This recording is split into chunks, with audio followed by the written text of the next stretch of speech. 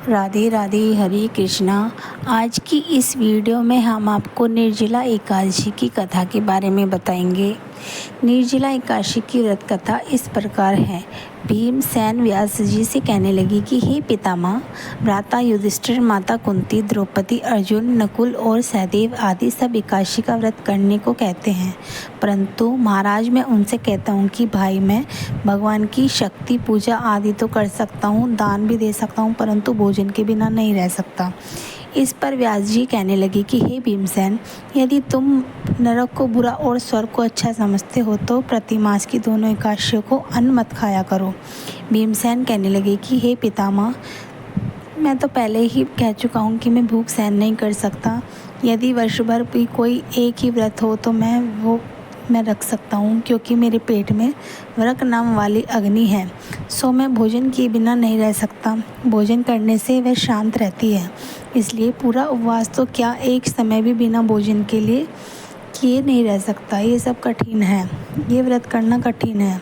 अतः आप मुझे कोई ऐसा व्रत बताइए जो वर्ष में केवल एक ही बार करना पड़े और मुझे स्वर्ग की प्राप्ति हो जाए। श्री व्यास जी कहने लगी कि हे पुत्र, बड़े बड़े ऋषियों ने बहुत शास्त्र आदि बनाए हैं जिनसे बिना धन के थोड़े परिश्रम से ही स्वर्ग की प्राप्ति हो सकती है। इसी प्रकार शास्त्रों में दोनों पक्षों को एकादशी का व्रत मुक्ति के लिए रखा जाता है। व्यास जी के वचन सुनकर भीमसेन नरक में जाने के नाम से भयभीत हो गए और काँपकर कहने लगी कि अब मैं क्या करूं, मास में 2 व्रत मैं नहीं कर सकता। हाँ, वर्ष में एक व्रत करने का प्रयत्न अवश्य कर सकता हूँ। अतः वर्ष में एक दिन व्रत करने से यदि मेरी मुक्ति हो जाए तो ऐसा कोई व्रत बताइए। यह सुनकर व्यास जी कहने लगी कि वृषभ और मिथुन संक्रांति के बीच ज्येष्ठ माह के शुक्ल पक्ष की जो एकादशी आती है, जिसका नाम निर्जला है, तुम उन एकादशी का व्रत करो।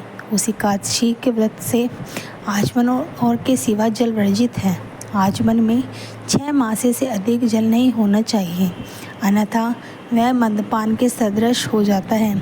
इस दिन भोजन नहीं करना चाहिए, क्योंकि भोजन करने से व्रत नष्ट हो जाता है। यदि एकादशी को सूर्योदय से लेकर द्वादशी के सूर्योदय तक जल ग्रहण न करें तो उसे सारी एकादशियों के व्रत का फल प्राप्त होता है। द्वादशी को सूर्योदय से पहले उठकर स्नान आदि करके ब्राह्मणों को दान आदि देना चाहिए। इसके पश्चात भूखे और सत्पात्र ब्राह्मण को भोजन कराकर फिर आप भोजन कर लेना चाहिए। इसका फल पूरे 1 वर्ष की संपूर्ण एकादशियों के बराबर होता है। व्यास जी कहने लगी कि भीमसेन, यह मुझको स्वयं भगवान ने बताया है। इस एकादशी का पुण्य समस्त तीर्थों और दानों से अधिक है। केवल एक दिन मनुष्य निर्जल रहने से पाप से मुक्त हो जाता है। जो मनुष्य निर्जला एकादशी का व्रत करके उनकी मृत्यु के समय यमदूत आकर नहीं घेरते, वरन भगवान के पार्षद उसे पुष्पक विमान में बिठाकर स्वर्ग को ले जाते हैं। अतः संसार में सबसे श्रेष्ठ निर्जला एकादशी का व्रत है, इसलिए यतन के समय इस व्रत को करना चाहिए। इस दिन ओम नमो भगवते वासुदेवाय मंत्र का उच्चारण करना चाहिए और गोदान करना चाहिए। इस प्रकार व्यास जी की आज्ञानुसार भीमसेन ने इस व्रत को किया। इसलिए इस एकादशी को भीमसेनी या पांडव एकादशी भी कहते हैं।